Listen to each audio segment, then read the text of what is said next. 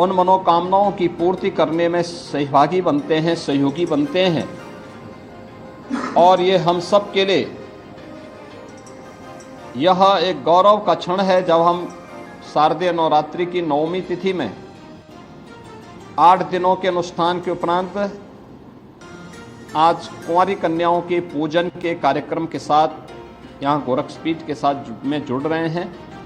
यहाँ की एक आदि परंपरा है।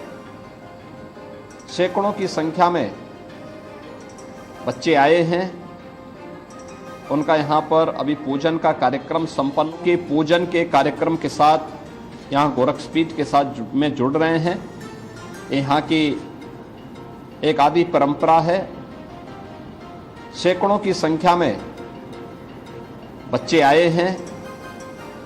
उनका यहाँ पर अभी पूजन का कार्यक्रम संपन्न हुआ है। अब इसके बाद उनका भंडारा का कार्यक्रम यहाँ पर आयोजित हो रहा है। शारदीय नवरात्रि की 9 तिथियों में शक्ति की अधिष्ठात्री देवी की पूजन के उपरांत कल विजयादशमी का पावन पर्व भी है। विजयादशमी प्रभु श्री राम का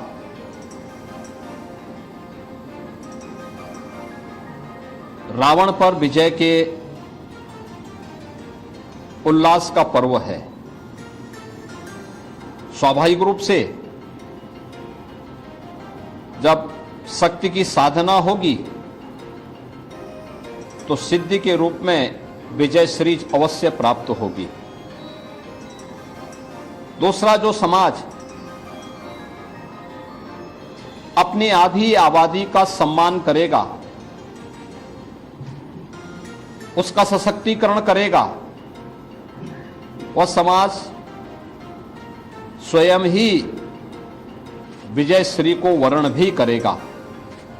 यह पर्व इस बात की भी प्रेरणा प्रदान कर रहा है।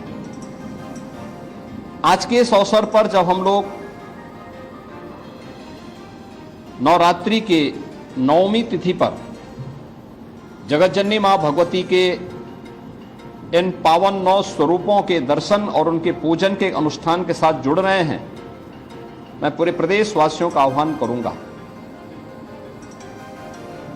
कि हमारी सनातन धर्म की परंपरा कितनी पवित्र और कितनी उदात्त रही है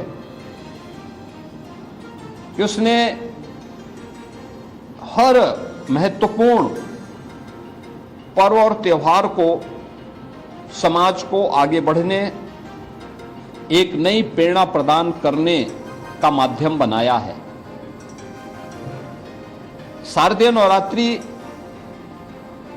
आधी आबादी के सम्मान का,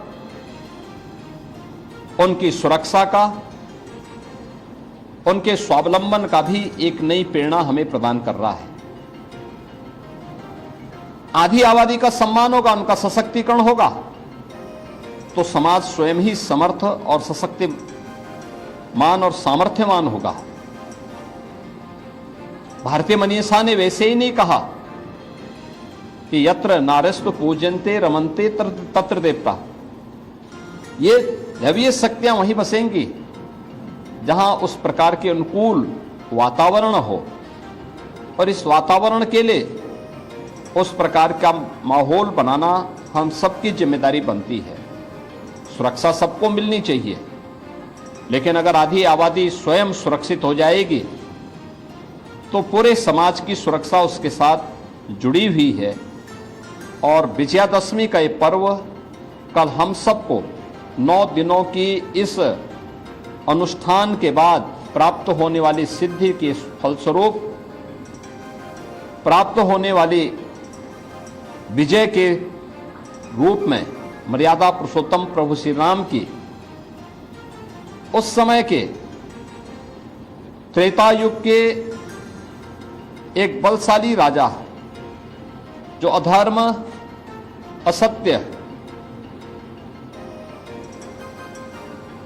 का प्रतीक था, अन्याय का प्रतीक था, उस रावण पर विजय का एक उत्सव भी है। और यही कारण है कि पूरे देश के अंदर कल जहां एक और प्रभु श्री राम के प्रति सम्मान का भाव व्यक्त करने के लिए, श्रद्धा का भाव व्यक्त करने के लिए हर सनातन धर्मावलंबी रामलीलाओं के माध्यम से प्रभु राम के राज्याभिषेक के आयोजन के साथ जुड़ेगा, उनका अनुष्ठान के साथ जुड़ेगा। वहीं दूसरी ओर रावण के पुतले भी दहन करने का एक लंबी परंपरा इस अवसर पर हर सनातन धर्मावलंबी की परंपरा में देखने को मिलता है। आज के इस अवसर पर मैं एक बार फिर से प्रदेशवासियों को आदि शक्ति के सम्मान, सुरक्षा और स्वावलंबन से जुड़े हुए इस पावन पर्व शारदीय नवरात्रि की नवमी तिथि पर हृदय से बधाई देता हूं, अपनी मंगलमय शुभकामनाएं देता हूं, विजयादशमी की हृदय से बधाई देता हूं और मुझे पूरा विश्वास है कि माधी आबादी को सामर्थ्यवान बना करके उनके सम्मान और उनकी गरिमा की रक्षा करते हुए अगर हम सब मिलकर के कार्य करेंगे, अवश्य ही हमारा भारतीय समाज, हमारा प्रदेश एक समर्थ प्रदेश के रूप में उन लक्ष्यों को प्राप्त करेगा जो प्रत्येक नागरिक के चेहरे पर खुशहाली लाने में सक्षम होगा। तो पूरे प्रदेशवासियों को शारदीय नवरात्रि और विजयादशमी की मंगलमय शुभकामनाएं।